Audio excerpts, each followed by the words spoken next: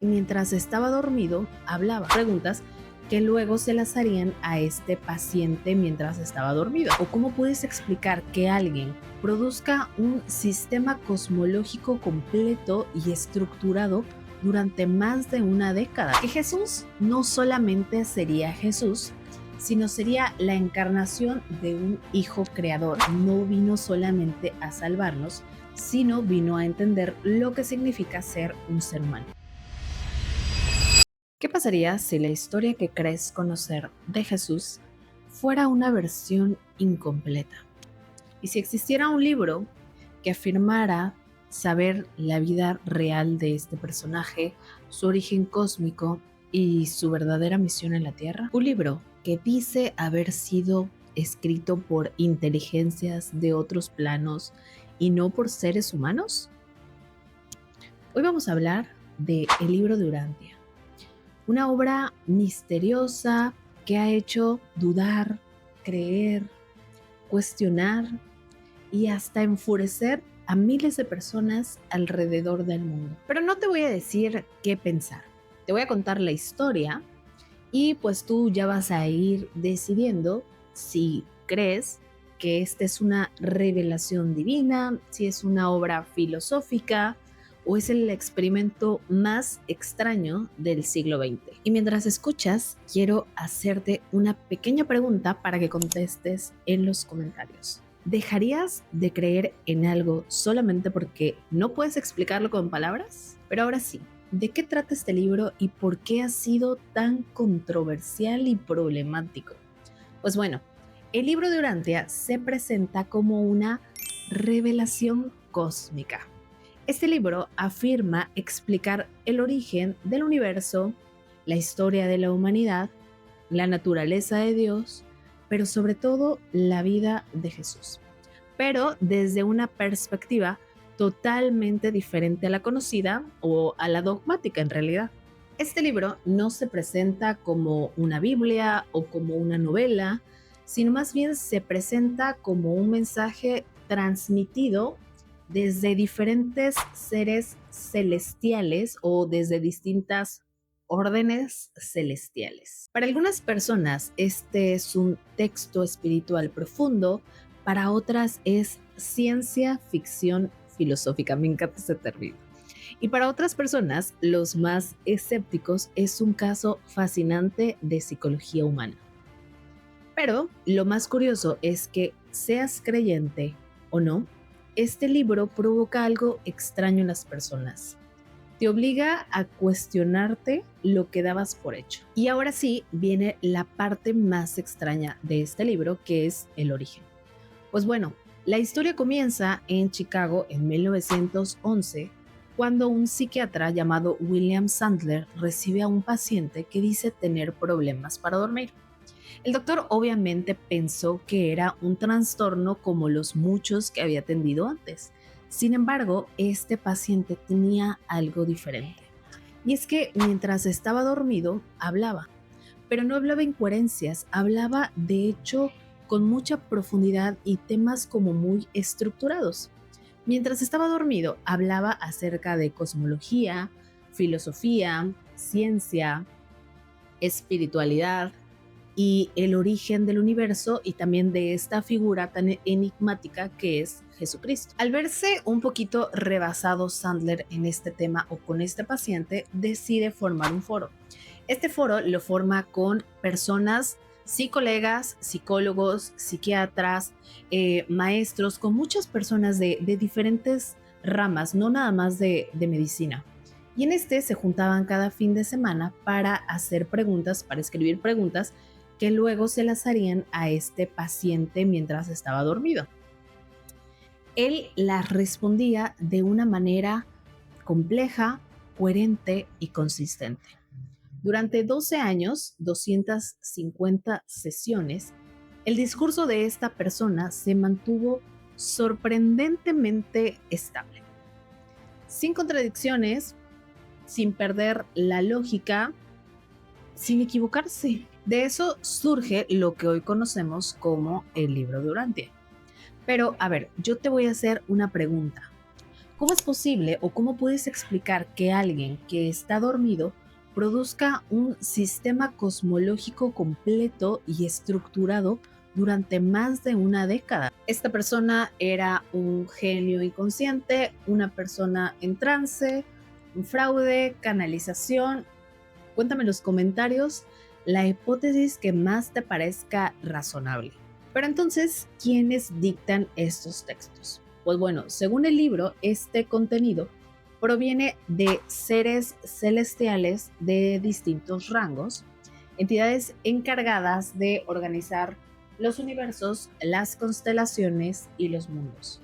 El libro describe el universo como un organismo vivo dividido en sistemas, constelaciones y universos locales. Y nuestro planeta, según Urantia, pertenece al universo local de Nevada. Y aquí entra una figura clave, que es que Jesús no solamente sería Jesús, sino sería la encarnación de un hijo creador, conocido antes como Micael de Nevadón. Es decir, que no solamente sería un maestro espiritual, sino también sería un ser cósmico que eligió vivir como un ser humano. Es una idea enorme, difícil de creer, pero también difícil de descartar. Pero bueno, a veces rechazamos ideas o decimos que son falsas solamente porque son demasiado grandes para nuestra forma de pensar actual. Así que no nos cerremos y tengamos la mente abierta para escuchar lo que nos quiere decir este libro. Obviamente el corazón de este libro es Jesús, pero no este Jesús como figura distante, perfecto, inalcanzable, no. En este libro se muestra a un Jesús mucho más humano, con dudas, con miedos, con problemas, con esos procesos internos, con este crecimiento emocional y espiritual gradual, que es lo más importante, que todo su proceso es gradual y no llegó como un ser iluminado con ya toda la vida resuelta. No, este fue aprendiendo paulatinamente. Este libro marca cómo Jesús va descubriendo su identidad poco a poco y tiene un proceso súper normal. Aprende a gatear, a caminar, a trabajar, pero sobre todo aprende a tener responsabilidades, ya que cuando muere José, él se tiene que hacer cargo, obviamente, de su mamá y de sus hermanos. Él, pues al ser el primogénito, se hace el responsable de la familia. Es decir, que no creció rodeado de milagros en absoluto, creció con responsabilidades, con cansancio, con preguntas y con partes de un rompecabezas, el cual iba construyendo, sí, mientras estaba creciendo. Pero imagínate todas esas dudas que tenía de, a ver, siento esto, tengo esta otra cosa, no puedo comentarlo porque solamente mi mamá sabe o tiene la certeza de lo que soy, pero ni siquiera yo tengo la certeza de mi plan o mi misión en esta vida. No sé, siento que esto lo hace mucho más humano. Estas dudas lo hacen mucho más humano. Y esto nos deja con una enseñanza muy bonita, que es que si incluso Jesús tuvo que aprender, dudar y crecer, ¿por qué nosotros somos tan duros con nosotros mismos cuando no tenemos todo resuelto? Si Jesús mismo dudó. Según el libro, los hijos creadores debían realizar 7 experiencias encarnados en diferentes niveles de conciencia o 7 auto-otorgamientos. Jesús ya había realizado 6 y encarnar en la tierra como un ser humano sería la 7ª y obviamente la más difícil y desafiante. Elegir ser un ser humano, sentir hambre, sentir dolor, sentir miedo, sentir amor y sentir pérdida. Entonces esto plantea algo diferente a lo dogmático, y es que Jesús no vino solamente a salvarnos, sino vino a entender lo que significa ser un ser humano. Ahora también menciona que antes de hacer todo este ministerio público, Jesús viaja a Alejandría, donde tiene contacto con otras corrientes filosóficas. Y también va a Roma, donde observa cómo es el poder y la estructura del imperio. En esos viajes hablaba con gente sabia, con personas comunes y corrientes, y obviamente escuchaba, observaba y aprendía. Porque él no estaba buscando fama, él estaba buscando entender lo que era ser un ser humano. Y con toda la información que iba recolectando de sus viajes, Jesús tiene su despertar espiritual. Porque sí, Jesús también tuvo su despertar espiritual y fue un proceso gradual como el de absolutamente todos, reflexivo, solitario, exactamente igual al de nosotros. Y sí, mi amigo Jesús no vino a fundar religiones, no vino a derrocar gobiernos, vino a entregar un mensaje tan simple y tan sencillo como el reino de Dios está dentro de cada uno de nosotros. No es un mensaje político o nunca hubo un mensaje político, ni militar, ni externo. Siempre fue mensajes de conciencia, de amor, de hermandad y de responsabilidad personal. Jesús no estaba buscando seguidores perfectos, estaba buscando corazones dispuestos a creer. Qué bonito, ¿no? Corazones. Pero sí, corazones dispuestos a creer. Y cuando eligió a sus 12 discípulos, no los eligió por lo que eran, sino por lo que podían llegar a ser. Porque sí, mi amigo Jesús era un romántico. Y hablando del tema de los milagros, el libro dice que sí los realizó, pero estos no eran su prioridad. Que él, al ser una persona tremendamente empático, no estaba buscando impresionarlos, sino más bien sanar el sufrimiento ajeno porque lo sentía como propio. Él vivía con muchísima coherencia, es decir, que lo que pensaba era lo que hacía, no aparentaba ser otra persona. Y en un mundo donde todo el mundo aparenta, pues obviamente Jesús era una persona revolucionaria. También habla de Getsemaní. No sé si así se pronuncia, pero en esta parte habla de un Jesús completamente humano.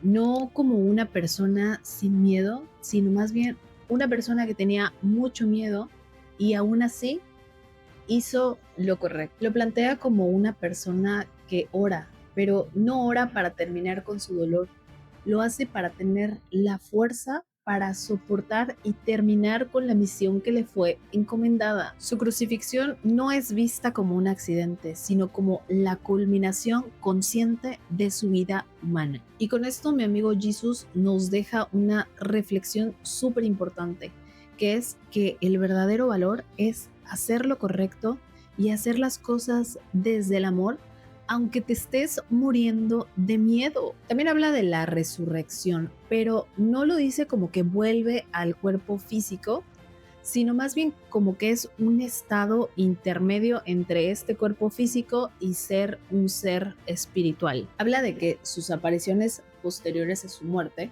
no eran evidentemente espectáculos, sino más bien eran encuentros que tenía para consolar a sus amigos y a su familia, para fortalecer la fe y para seguir inspirando a sus discípulos para que pudieran cumplir con las misiones que les fueron asignadas. Obviamente te lo estoy mega resumiendo porque ve el tamaño de este libro.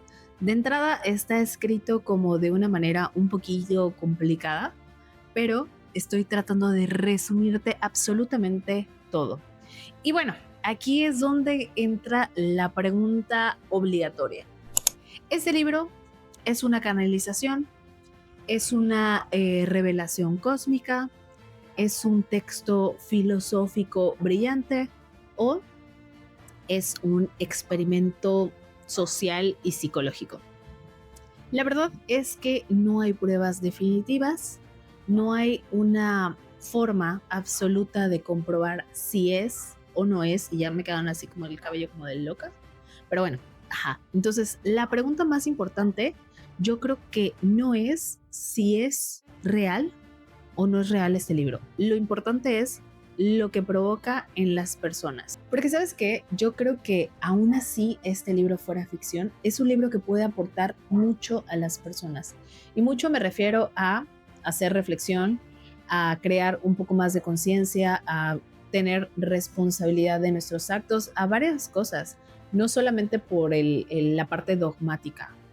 Entonces, tú escríbeme en los comentarios qué es lo que piensas. ¿Este libro consideras que sí es una revelación?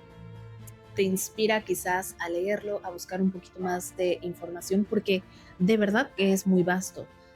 Habla de muchísimas cosas que quizás no podemos abarcar en un solo video, pero podemos irlas abarcando poco a poco si es que así lo decides y si es que es un contenido que te gustaría.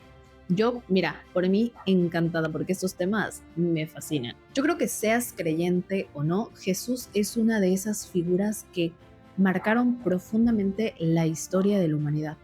Y en un mundo donde la crueldad, el abuso, la indiferencia están pues a la orden del día, el ser una persona paciente, compasiva, amorosa es un acto totalmente revolucionario, y que Jesús fue un ser súper revolucionario. Y bueno, ahora sí, si llegaste hasta este punto, no manches, de verdad, te agradezco que te hayas quedado hasta acá y espero que este haya sido un tema interesante y entretenido para ti. A mí la verdad es que me encanta aprender sobre estos temas. Soy una experta en nada, soy un aprendiz que disfruta de estar leyendo, investigando y compartiendo lo que va aprendiendo. Si te gustó, por favor deja tu like, obviamente suscríbete, pon la campanita. La verdad es que estoy tratando de tener un poquito más de constancia a la hora de subir, entonces tu apoyo la verdad es que me motiva muchísimo. Muchas gracias, bye.